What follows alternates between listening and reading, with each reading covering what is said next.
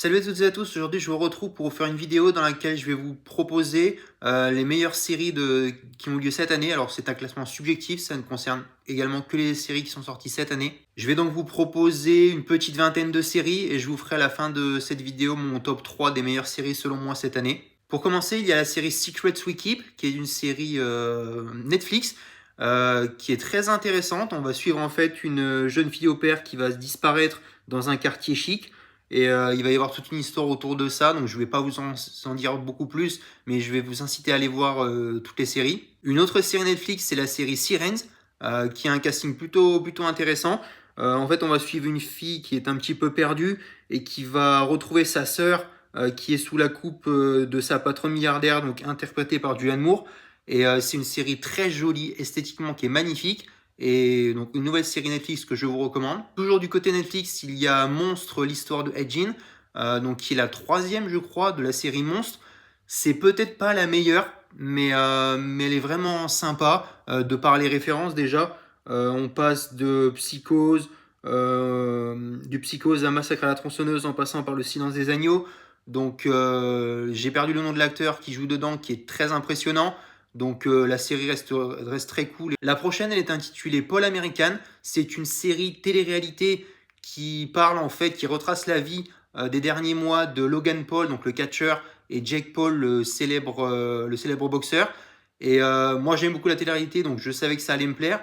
Et c'est bien expliqué, je trouve que c'est plutôt intéressant. On voit leur vie, comment elle se passe, alors évidemment de millionnaires, de riches. Mais moi, c'est une télé-réalité que j'ai beaucoup aimée. La suivante, c'est également une série Netflix qui s'intitule Le Monstre de Florence.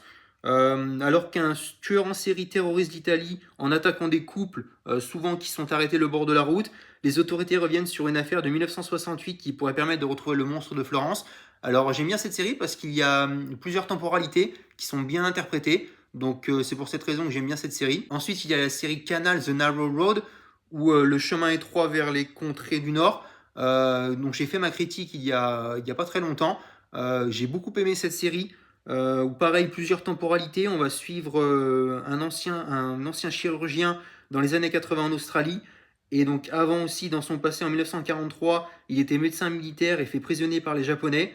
Il fut contraint de travailler sur les lignes de chemin de fer reliant la Thaïlande et la Birmanie. Donc il est interprété par Jacob Elordi lorsqu'il est plus jeune. Et c'est une magnifique série. Il n'y a que 5 épisodes, je crois, ça passe très vite. Et l'histoire est très intéressante, c'est une histoire vraie. Donc je vous recommande fortement de voir cette série. La prochaine, c'est la série Cassandra, qui est sortie en début d'année sur Netflix. Alors c'est peut-être pas la plus intéressante, celle que je recommande le plus de cette vidéo, mais elle reste très sympa à regarder. Je crois que c'est une série allemande où en fait on va suivre une famille qui va s'installer dans une nouvelle maison et découvrir qu'elle est contrôlée par une assistante virtuelle. Donc il va y avoir sous forme d'un robot qui va ensuite prendre possession de la maison.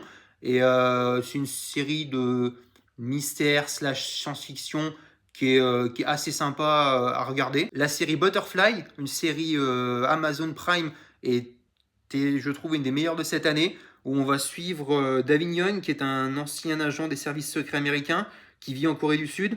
Il va faire la rencontre de Rebecca, une jeune assassine dangereuse employée par le CADIS, qui est une organisation d'espionnage pour laquelle il travaille. Et c'est vachement bien mis en scène. Moi j'adore les séries asiatiques, coréennes, donc c'est une des meilleures que j'ai vues cette année. Je pense que la meilleure série cette année qu'on a eu le droit du côté de Disney+, c'est la série All Sphere. Je vous en ai fait la critique il y a quelques semaines. Et j'ai beaucoup aimé cette série sur ces femmes qui sont spécialisées en droit du divorce. On suit d'un côté leur vie, leur histoire professionnelle, leur vie personnelle. C'est une nouvelle série Ryan Murphy, avec un casting énorme, avec Naomi Watts, Kim Kardashian, Sarah Paulson. Et si vous voulez voir cette série ou voir la critique, je vous invite à aller voir sur ma chaîne.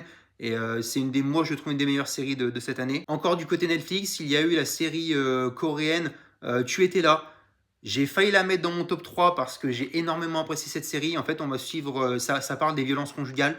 Et on va suivre une femme qui est donc battue par son mari, qui fausse les apparences. Et elle va se faire aider par sa meilleure amie qui vont monter tous un stratagème pour supprimer le mari et ensuite camoufler l'affaire. La série est un petit peu longue, c'est vrai. C'est 8 épisodes d'une heure. C'est un petit peu lourd, peut-être un petit peu trop. Mais par contre, c'est très addictif. C'est ultra intéressant. Et franchement, je pense pour moi que c'est une des meilleures séries Netflix de cette année. Je vais également vous proposer la série Nine Perfect Strangers. Alors, je vais globaliser la saison 1 et la saison 2. La saison 1 est sortie en 2021 et la saison 2 vient de sortir cette année, sachant qu'il y a un fil conducteur. Il y a Nicole Kidman qui joue dedans. Et dans la première, elle incarnait une femme qui s'occupait d'un centre bien-être. Et dans le 2, elle a un nouvel emploi. Et on va suivre en fait un groupe de personnes qui n'a pas d'atome crochet au départ. Et franchement, c'est une série qui est un peu qui est calme. Il ne faut pas s'attendre à ce que ça parte dans tous les sens. Mais par contre, c'est une série très intelligente. Moi, j'ai bien aimé la saison 3 de The White Lotus. Je sais que beaucoup ne l'ont pas beaucoup aimé. Moi, je l'ai trouvé que c'était... Bon, j'aime toutes les saisons. La 2 était probablement la meilleure, mais je trouve que cette troisième saison en Thaïlande était ultra intéressante. Une nouvelle fois, ça montre l'abondance de richesse de ceux qui sont privilégiés. Et moi, je trouve que ça fonctionne bien. J'adore revoir Jason Isaacs, l'histoire avec sa famille et le fruit interdit. Je trouve que c'est très bien trouvé.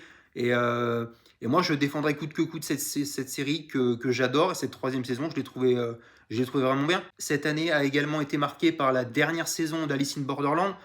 Alors, je vous le dis tout de suite, c'est pas la meilleure. Il faut savoir que les deux premières saisons, pour moi, c'est deux des meilleures saisons de toutes les séries confondues. All time, je les ai adorées. J'adore les regarder très souvent. Cette saison 3, elle reste quand même très intéressante parce que ça ferme cette trilogie, ça ferme cette histoire. Et les morts sont peut-être un peu trop science-fiction et impossible et impensable, c'est vrai. Mais enfin, il faut avouer que c'est l'une des meilleures séries Netflix et elle reste extrêmement intéressante. Et moi, j'avais grandement hâte de voir comment ils allaient conclure cette série. Je suis plutôt satisfait, même si encore une fois, ça ne vaut pas les deux premières saisons, elle reste très intéressante. Maintenant, on va rentrer dans les 3 meilleures séries pour moi qui ont eu lieu cette année. À la troisième place, on va retrouver la série espagnole When No One Sees Us. Vraiment gros coup de cœur pour cette série. En fait, l'histoire, c'est que dans son jardin zen, un homme va se faire harakiri à l'aide d'un poignard japonais. Donc ça se passe dans la ville de Morón de la Frontera, au plein milieu de la Semaine Sainte.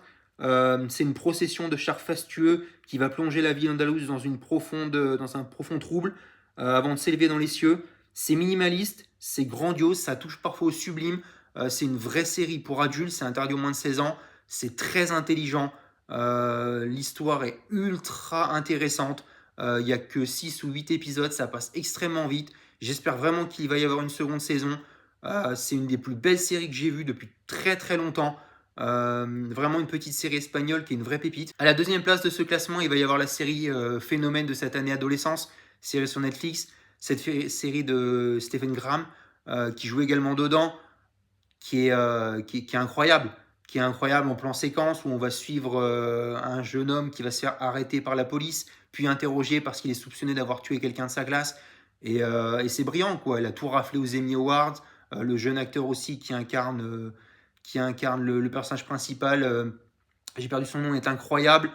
Il a gagné l'Emmy et c'est une petite bombe cette série. Il n'y a que 4 ou 5 épisodes, je crois. C'est formidable, c'est brillant, c'est très intelligent. Mais pour moi, la meilleure série de cette année, elle a également tout raflé aux Emmy il y a quelques temps, c'est la série The Studio de Seth Rogen. Et là, c'est assez exceptionnel d'avoir révolutionné pour moi le monde des séries avec cette mini-série. C'est 10 épisodes de 30 minutes, ça passe très très vite, où on va suivre Seth Rogen qui est le directeur d'un studio de cinéma. Et chaque épisode, il y a des invités, il y a un casting exceptionnel. Tous ceux qui aiment le cinéma vont adorer cette série. C'est brillant, c'est bien interprété. C'est franchement grandiose. C'est une des meilleures séries que j'ai vues de tous les temps. Et avant de clôturer cette vidéo, je voulais faire une petite mention honorable pour la saison 2 de The Last of Us et pour la saison 2 de Severance, que j'ai trouvé très intéressante, mais que je n'ai pas voulu pu mettre dans ce classement. Voilà, je vais m'arrêter là pour cette vidéo. Dites-moi pour ceux qui ont vu ces séries dans les commentaires ce que vous en avez pensé. Et moi, je vous dis à bientôt pour une prochaine vidéo.